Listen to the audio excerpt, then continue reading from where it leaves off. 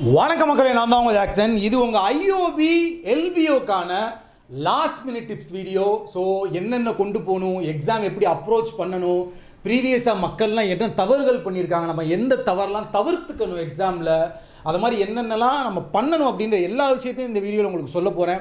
So அதுக்கு முன்னாடி உங்களுக்கு நம்மளோட ராயல் பாஸ் தேவை அப்படின்னு நினச்சிங்க அப்படின்னா பர்ச்சேஸ் பண்ணுறதுக்கான லிங்க் டிஸ்கிரிப்ஷனில் இருக்குது, பர்ச்சேஸ் பண்ணிக்கோங்க. வரப்போகிற பேங்க் எக்ஸாம் கிளியர் பண்ணுறதுக்கு உங்களுக்கு யூஸ்ஃபுல்லாக இருக்கும். ஸோ செஷனுக்குள்ளே போகிறதுக்கு முன்னாடி உங்களுக்கு ஆட்டோமேட்டிக்காக இந்த பேட்டர்ன் உங்களுக்கு தெரியும், சரிங்களா? இந்த பேட்டர்ன் எல்லாருமே உங்களுக்கு தெரியும், நீங்கள் பார்த்துருப்பீங்க. இதை பற்றி நான் எக்ஸ்பிளைன் பண்ணணும்னு அவசியம் இல்லை. ஒரே ஒரு விஷயத்தை சொல்லிவிட்டு நான் உங்களை ஸ்டார்ட் பண்ணுறேன். நாளைக்கு எக்ஸாம் முடித்த பிறகு நீங்கள் எப்படி பண்ணியிருக்கீங்க அப்படின்னு கண்டிப்பாக எனக்கு ஃபோன் பண்ணி சொல்லுங்கள். நான் நீங்கள் நல்லா பண்ணியிருக்கீங்களா இல்லையா அப்படின்றத உங்களுக்கு தெரியப்படுத்துவேன். ஸோ என்னோடய நம்பர் நோட் பண்ணிக்கோங்க. சாரி மக்களே, இந்தாங்க என் நம்பர் நோட் பண்ணிக்கோங்க. 9677532408. ஸோ நாளைக்கு எக்ஸாம் நீங்கள் முடிச்சுட்டு இந்த நம்பருக்கு காண்டாக்ட் பண்ணுங்கள். 2 ஸ்லாட் இருக்குது. 2 ஸ்லாட் மக்களுமே முடிச்சுட்டு கண்டிப்பாக என்னை காண்டாக்ட் பண்ணுங்கள். கண்டிப்பாக உங்களுக்கான ஹோப்பை நான் கொடுப்பேன். ஸோ போயிடலாமா செஷனுக்குள்ளே? ஸோ ஃபஸ்ட்டு விஷயம், என்னென்ன எடுத்துகிட்டு போகணும் சார், சரிங்களா? என்னென்ன கொண்டு போகணுன்றதை ஃபஸ்ட்டு சொல்லிடுறேன். ஃபஸ்ட்டு பார்த்தீங்கன்னா உங்களோட அட்மிட் கார்டு, சரிங்களா? அட்மிட் கார்டை பிரிண்ட் அவுட் எடுத்து கையில் வச்சுக்கோங்க. செகண்ட் பார்த்தீங்கன்னா ஐடி ப்ரூஃப். நான் மக்களுக்கு எப்பயுமே சொல்கிறது ஒரு விஷயம், சரிங்களா?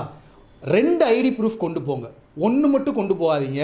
ஏன்னா ப்ரீவியஸ் எக்ஸாம்ஸ் எல்லாம் பார்த்தீங்கன்னா ஒரு ஐடி ப்ரூஃப் கொண்டு போய் இல்லை இது செல்லாது அப்படின்னு எக்ஸாமில் அலோவ் பண்ணாமலாம் விட்டுருக்காங்க. ஸோ சில பேர் பார்த்தீங்கன்னா 2 ஐடி ப்ரூஃப் கொண்டு போயிட்டு ஒன்று செல்லாதுன்னு ஒன்று இன்னொன்று காமிச்சு உள்ளேயும் போயிருக்காங்க. ஸோ அதனால பார்த்தீங்கன்னா 2 ஐடி ப்ரூஃப் கொண்டு போய்க்கோங்க. அந்த ஒரிஜினல் ஐடி ப்ரூஃப் அதோட ஜெராக்ஸ் காப்பி அதை கொண்டு போய்க்குங்க. மூணாவது பார்த்தீங்கன்னா ஒரு 3 அல்லது 4 பாஸ்போர்ட் சைஸ் ஃபோட்டோ, சரியா? 3-4 பாஸ்போர்ட் சைஸ் ஃபோட்டோ கொண்டு போய்க்கோங்க. அதுக்கப்புறம் உங்களுக்கே தெரியும், பேனா, ஒரு வாட்டர் பாட்டில் கொண்டு போய்க்கோங்க. ஏன்னா திடீர்னு இடையில பதட்டங்கிதட்டானால் நமக்கு தண்ணி குடித்தா கொஞ்சம் ரிலாக்ஸ் ஆகும். வாட்டர் பாட்டில் கொண்டு போய்க்குங்க. ஸோ இதுதான் நம்ம கொண்டு போகக்கூடியது. ஸோ அதுக்கு முன்னாடி இன்னொரு விஷயம், முக்கியமான விஷயம் பார்த்திங்கன்னா, ஒரு 1 hour 1/2 an hour முன்னாடிக்கே ரிப்போர்ட்டிங் டைமுக்கு முன்னாடியே போயிடணும், சரியா? நிறைய பேர் பார்த்திங்கன்னா ரிப்போர்ட்டிங் டைமுக்கு முன்னாடியே கொஞ்சம் கிட்ட போயிட்டு உள்ளே அலோவ் பண்ணாமலாம் விட்டுருக்காங்க, சரிங்களா? ரிப்போர்ட்டிங் டைம் இப்போ ஒரு 7:30 அப்படின்னா ஒரு 8 மணிக்கு போவாங்க, ஆனால் அலோவ் பண்ண மாட்டாங்க. ஸோ இப்போ உங்களுக்கு ஒரு 7:30 ஒரு ரிப்போர்ட்டிங் டைம் இருக்குன்னா ஒரு 6:30 7 மணிக்கெலாம் அங்கே போய் நம்ம நின்றணும், சரியா? நம்ம எக்ஸாம் உள்ளே போகிறதுக்குள்ளே பதட்டமே பற்றக்கூடாது. இதில் கான்சியஸாக இருங்க. ஏன்னா பதட்டப்பட்டோம் அப்படின்னா ஒரு படபடப்பு ஏற்படும். நம்ம சால்வ் பண்ணும் போது ஒரு குழப்பம் வரும். சால்வ் பண்ணுற எல்லாமே தப்பாகும். ஸோ இந்த சூழ்நிலைக்கு ஆள் ஆகாதீங்க. நான் சொல்கிறது திரும்பியும் கேட்டுக்கோங்க.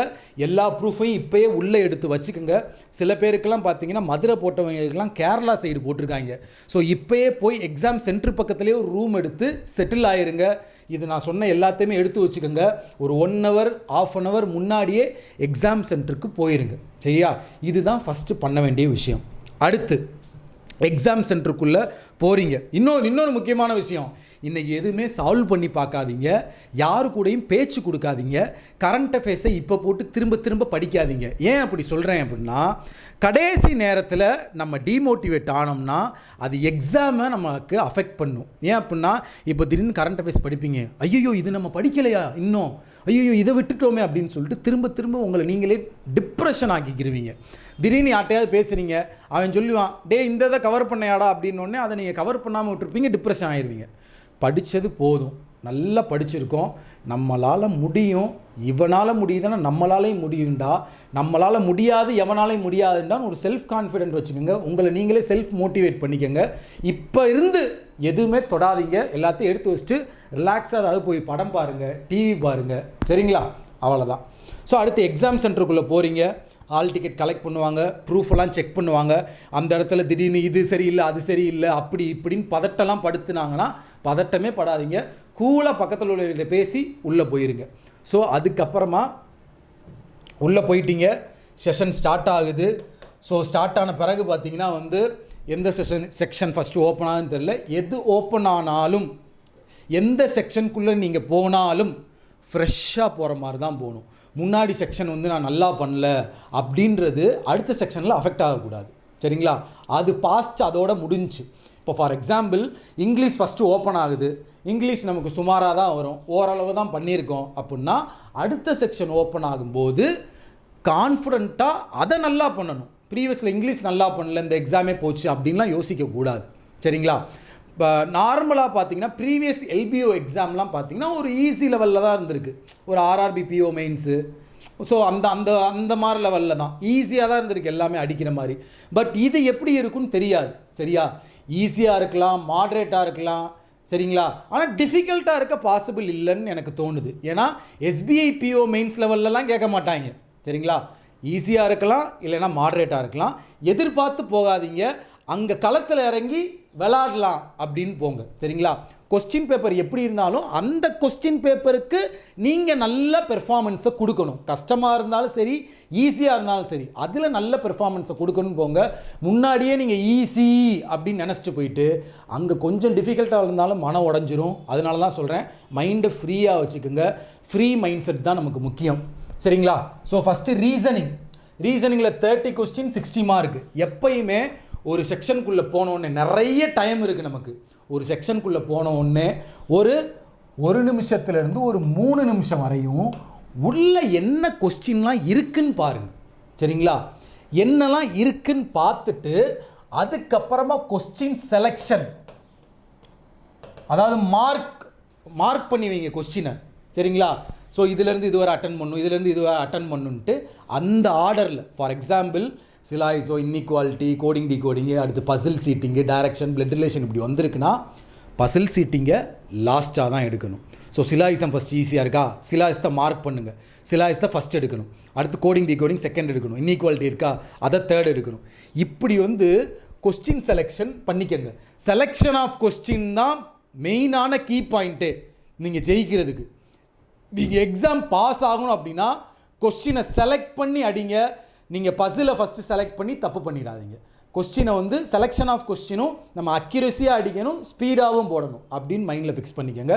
ஸோ ரீசனிங் பொறுத்த வரைக்கும் ஆர்டராக செலக்ட் பண்ணுங்கள், பசில் சீட்டிங்கை கரெக்டாக கடைசி அடிங்க.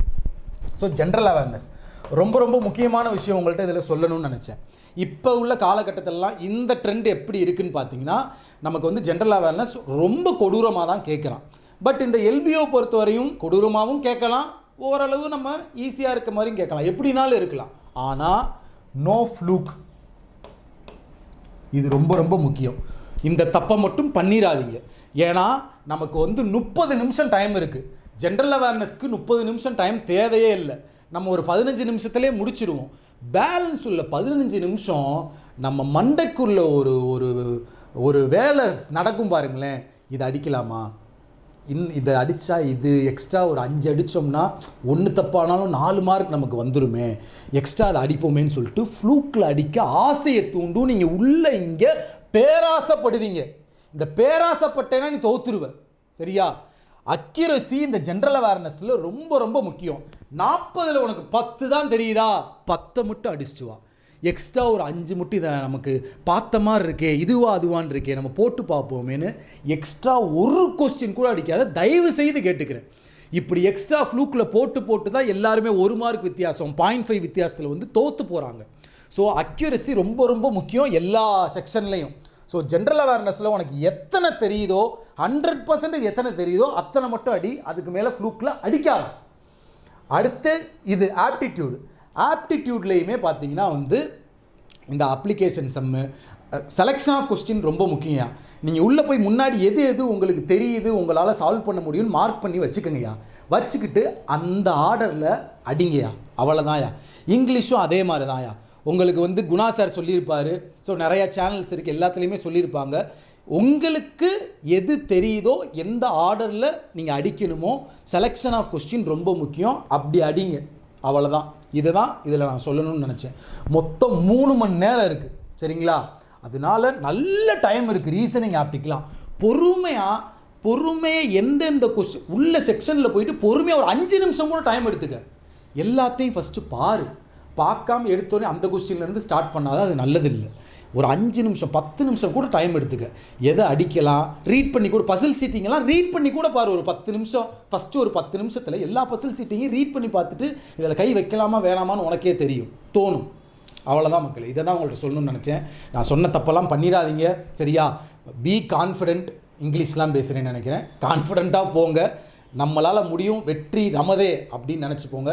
கண்டிப்பாக நம்மளால் கிளியர் பண்ண முடியும். போகும்போது எல்லா காலேஜுக்குள்ளேயும் ஒரு சாமி கோயில் இருக்கும், சாமியை கும்பிட்டுட்டு என் மைண்டு வந்து பதட்டம் ஆயிடக்கூடாது அப்படின்னே போங்க. ஏன்னா தடவை ஆல்ரெடி எக்ஸாம் எழுதினவங்களுக்குலாம் அந்த பதட்டத்தை ஃபேஸ் பண்ண தெரியும். தடவை போகிறவங்களுக்கு எக்ஸாம்ஸ் அந்த செக்ஷன் ஓப்பன் ஆனோடனே ஒரு பதட்டம் ஏற்படும்.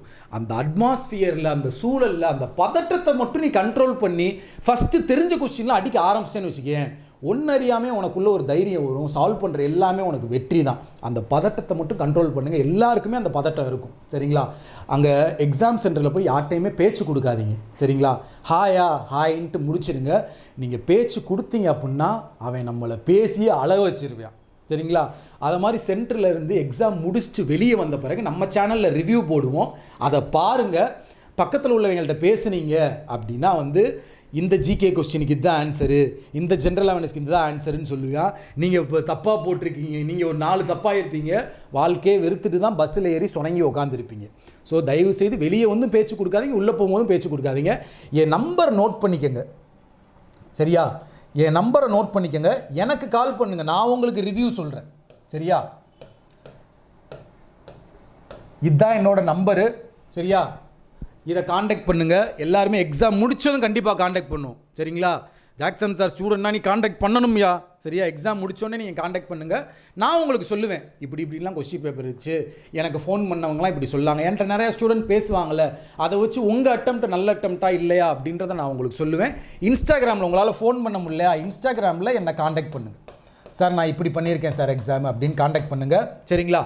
மதுரையில் எந்தெந்த சென்டரில் எக்ஸாம் எழுதுறீங்க அப்படின்றத மறக்காமல் கமெண்ட் பண்ணுங்கள். ஏன்னா வந்து எனக்கு டபுள் மைண்டடாக இருக்குது. எக்ஸாம் சென்டரில் போய் மக்களை நாளைக்கு பார்க்கலாமா அப்படின்னு ஒரு தாட் இருக்குது சரிங்களா. ஸோ மதுரையில் உங்களுக்கு எந்த காலேஜில் எக்ஸாம் இருக்குது, எத்தனை மணிக்கு நீங்கள் போகிறீங்க அப்படின்றத வந்து மறக்காமல் கமெண்ட் பாக்ஸில் கமெண்ட் பண்ணுங்கள். உங்களிருந்து விடைபெறுவது உங்கள் ஜாக்சன்.